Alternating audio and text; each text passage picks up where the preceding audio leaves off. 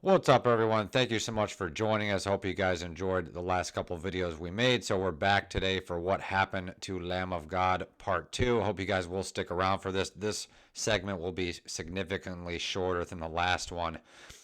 So we sort of left off around the death of Daniel Nosek and all the terrible, tragic things that went down in the Czech Republic. And we sort of delved into my personal thoughts and speculations on sort of the karma surrounding Randy Blythe and Lamb of God. I think if you're a band, a lot of people don't think about this, but there's a lot of energy, spiritual energy, as well as physical, metaphysical energy, I guess you could say, that's being bounced back and forth between not only the band, but obviously the audience. I think it's important to be aware of that, how a band presents themselves live or even just musically in general, and I think there were some just things that just did not add up, sort of cosmically or karmically, energy wise, and things were just not on the side of Lamb of God. So, and I do think that sort of is a good starting point, a good segue to get into the next sort of phase of Lamb of God, right? We talked about the Resolutions album. They sort of wrapped up that tour, maybe roughly around 2000, I don't know, 13, 14. And then we have the next Lamb of God album, which is known as Sturm and Drang. I don't really know how to pronounce that. I apologize, but it's called Lamb of God. It's a Roman numeral, and I'm terrible at Roman numerals as well. But I think I want to say it's Lamb of God 7. It's their seventh album titled Sturm and Drang. And basically it translates to chaos and order or something like that, or chaos and resolution or something like that. So they were definitely going for a philosophical sort of take on this particular album.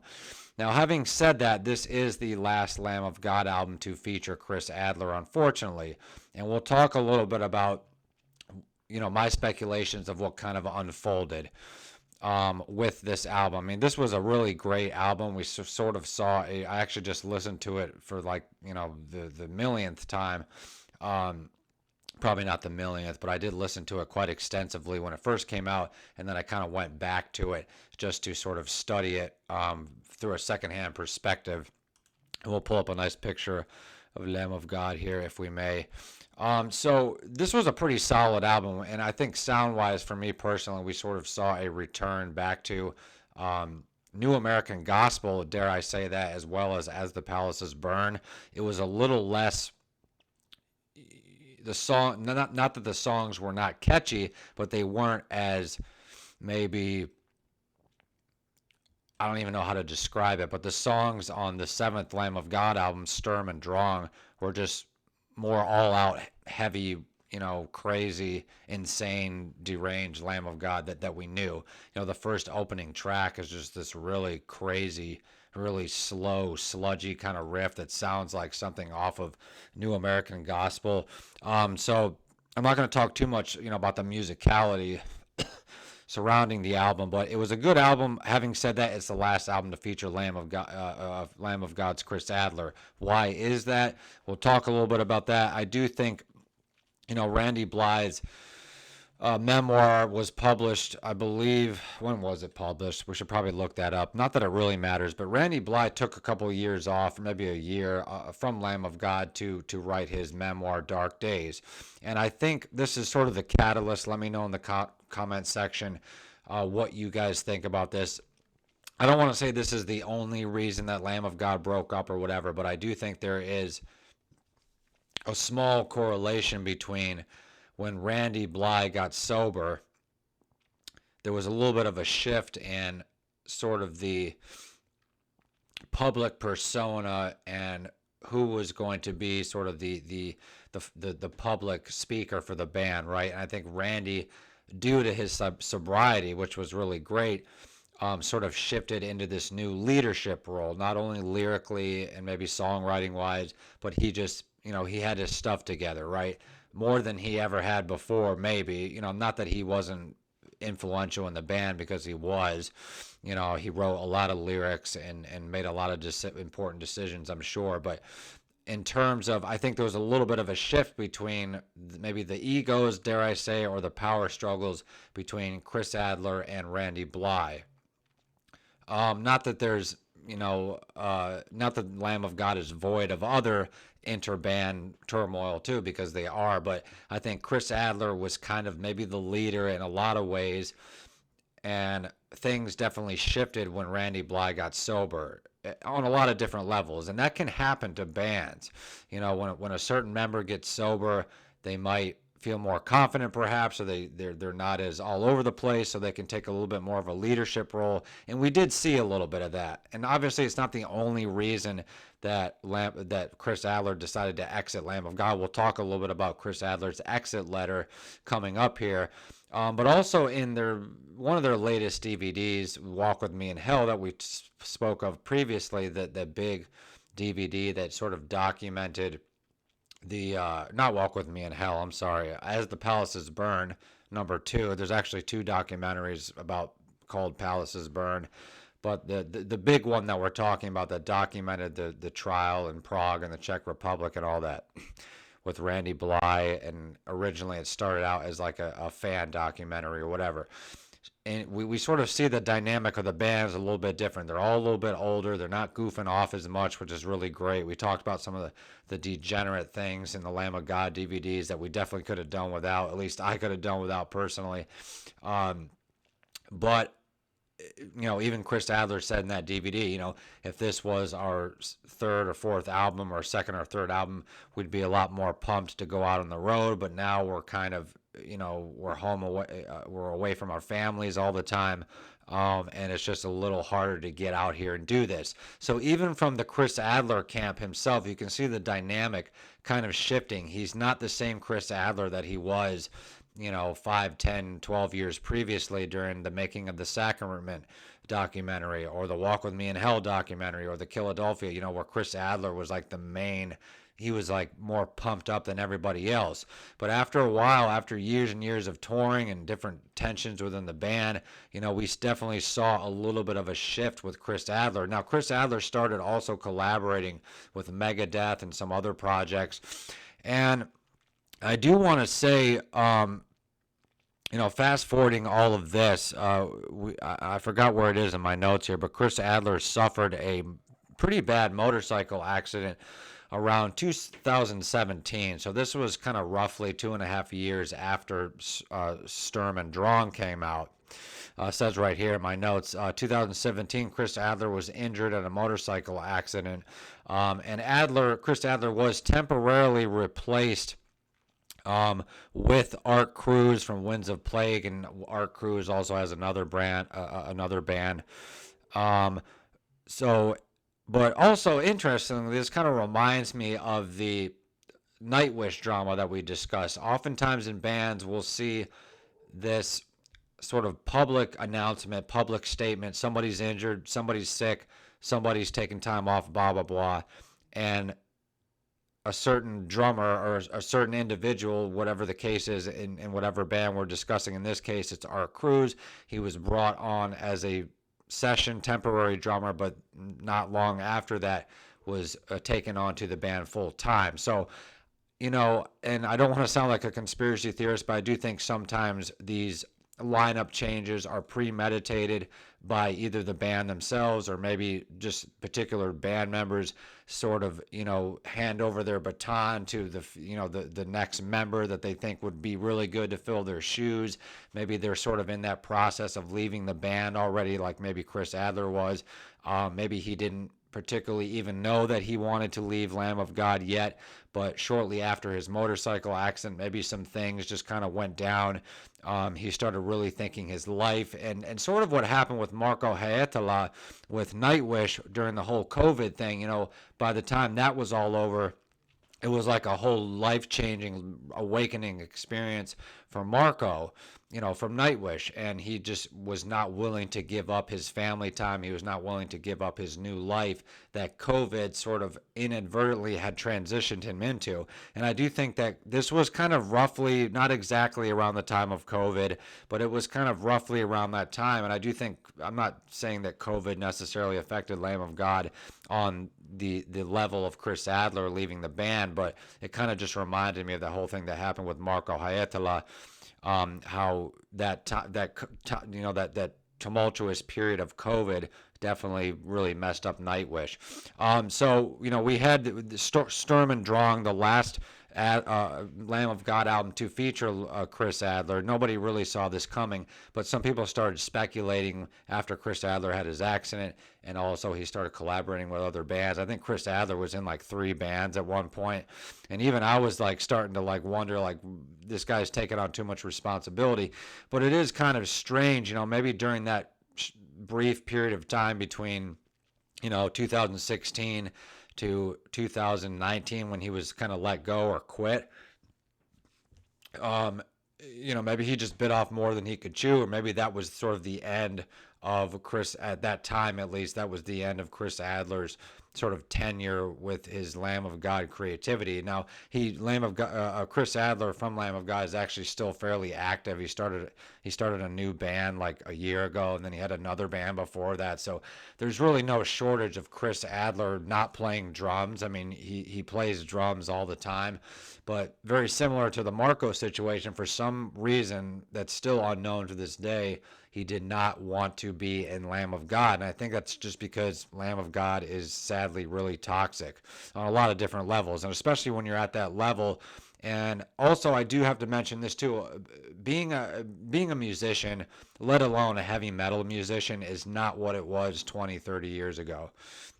It's not even what it was 10 years ago, because of the loss of album sales, right? The smaller attendance of shows due to COVID, and just due to the changing culture of social media and all this stuff. It's just not, and that's why bands are pretty much forced to go out on the road and tour almost constantly, because that's the only way they can make money.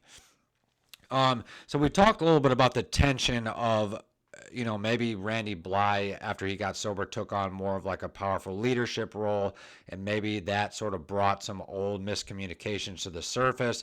I don't know for sure, but I also know, I don't want to say for a fact, but it's pretty evident that there are also tensions between Chris Adler and Mark Morton. They've always kind of gone at it a little bit, and you could kind of see that after the process when Chris Adler left the band. They were having some tweet wars and stuff like that. Chris Adler was calling Mark Morton a douche or something on Twitter, and then Mark Morton fired back and said, this is why you don't drunk text your ex-girlfriends, and meaning like don't drunk text your ex-band members and stuff like this. So there's definitely some bad blood. Maybe some of it was they were just kind of trolling. I don't know. I do think there's some tension between Chris Adler and his brother Willie, because he left the band, or maybe because they didn't really see eye to eye. So this is a good little segue to get into the Chris Adler letter. So we'll do that right here.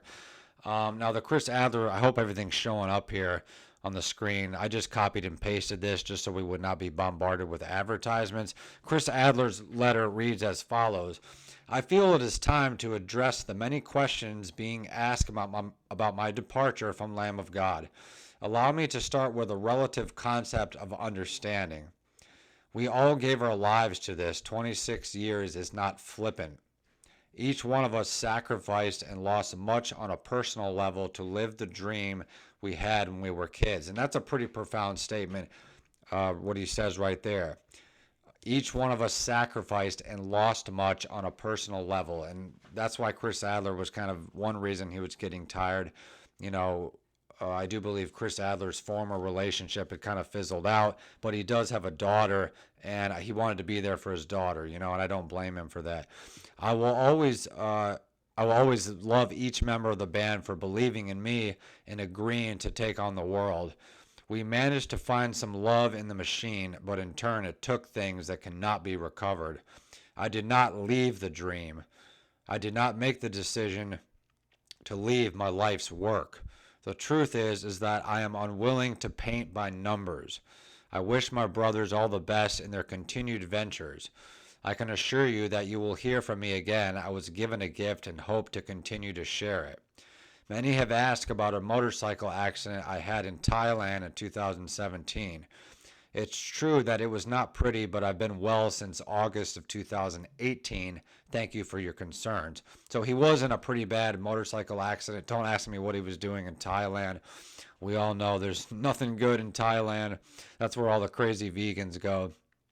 No hate to the vegans because I'm actually a vegetarian myself. But Thailand is just kind of a weird place. I support my friends and the dream I allowed them to share in. I loved and am still humbled by every second of the smiles and horns we elicited. There is an ambiguous concept in our world of selling out. I cannot define that outside of my personal understanding, but know that being trapped in a creative formula and or playing the same song 10,000 times did not bolster my love of playing. So I want to reread that. So he's basically saying being trapped in a creative formula or playing the same song 10,000 times did not bolster his love of playing. So it does sound like he's a little tired of maybe the direction Lamb of God was going in. He wanted to do something a little bit different, a little more progressive maybe. I've never been one to phone it in. I'd rather mow the grass. I acknowledge and am truly grateful of achieving my childhood dream. I have 2 Grammys that sit on my mother's mantelpiece. I think she deserves 3, so this party isn't over. I was not given a choice in this, and my dream is alive. Feel free to say hello if you see me mowing the grass. It never gets old. I appreciate each and every one of you. P.S. I may or not be in touch. Okay, so pretty strange exit letter. It kind of reminds me of the Marco Hietala letter. We keep bringing up Marco Hietala from Nightwish, but it's just that's what happens nowadays in bands. Like a band member is out and we get these weird, cryptic, esoteric exit letters, right? And then the band just kind of goes on about their business. So obviously there was some bad blood somewhere in the Lamb of God camp. Maybe not necessarily bad blood, but there's tension on a creative level as well as a personal level. And we could pick apart some of these sentences here. He talks about starting the band from being a kid and all this kind of stuff. They found some love in the machine, but things took things away that could not be recovered, aka his family life, his sanity, all that kind of stuff. Now this sentence here seems weird to me. The truth is that I am unwilling to paint by numbers, and I guess that means he doesn't want to define his current success to justify continuing to shoot for the same amount of success even though he's unhappy, or maybe he doesn't want to keep doing the same sort of riffs over and over again. Maybe he thinks Lamb of God should maybe try something different, which I think they have. If you listen to Sturm and Drang and even Resolutions, they definitely are always trying new things. So that's pretty much the Chris Adler segment. I think that's pretty much my thoughts on it. We're going to fast forward to 2020, June 2020. We saw the first album without Chris Adler on Lamb of God. It was actually a self-titled album. This is the first album with Art Cruz on it, and it's a damn good album.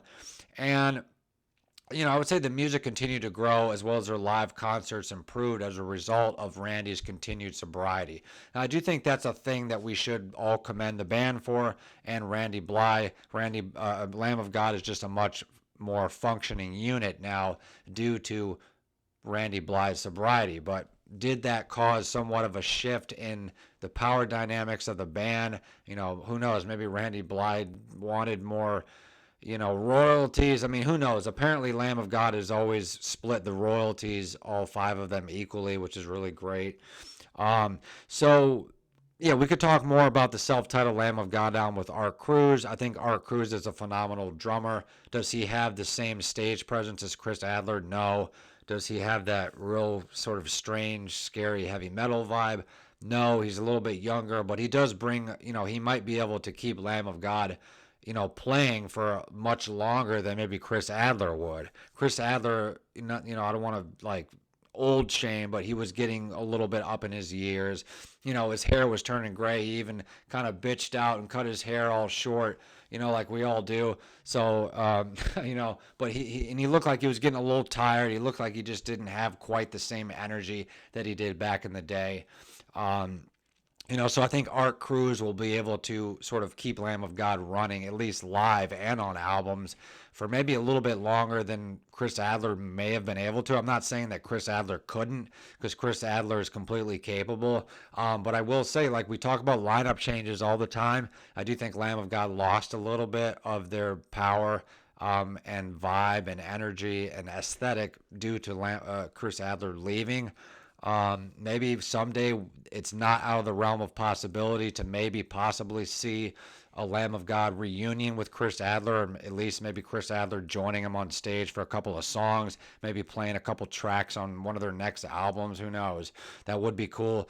And during the pandemic, Lamb of God did not want to take a break. I think Randy Blythe wanted to take some time off, but Mark Morton and Willie were like, well, hey, let's just write another record. So come 2022, I think it came out early, like maybe October of 2022, Lamb of God came out with another album called Omens. And let me tell you, Omens was a killer record. I'm just going to close out this letter here and open up the Lamb of God picture.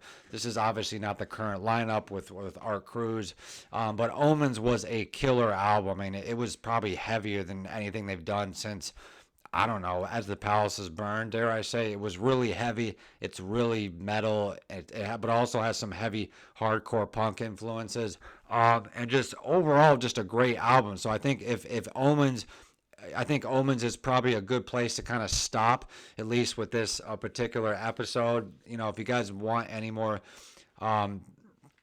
in-depth videos specifically about any of the drama in the Lamb of God history, I think we pretty much covered the majority of it. There's always little details that we could get into. There has been some more recent drama between, online between Chris Adler and Mark Morton, and even Willie Adler and Randy Blythe made a couple statements just saying that, Chris Adler is out of the band, and that's pretty much all we have to say about it. And so, just weird stuff. Bands, they don't really like, for some reason, they like to sort of give the illusion of sort of the underlying drama, but when push comes to shove, they at some point it kind of stops. They don't really want to unveil the complete story of what actually took place for some reason. I think they should. I would like to see some of the members of Lamb of God maybe get on YouTube or Instagram and really delve out some of these questions that some of their fans are having. Maybe Chris Adler will write a book, or Randy Blythe will write another book and document some of the issues. So that would be really interesting. Leave your thoughts and comments in the comments below. Please subscribe. Follow me on Instagram at Andrew Marlowe Artist Official. And please let me know what your favorite Lamb of God album is, and your least favorite album. Like we talked about, I think Sacrament's probably definitely my least favorite, but I have a lot of favorite Lamb of God albums. So thank you so much for watching, and we'll catch you guys next time.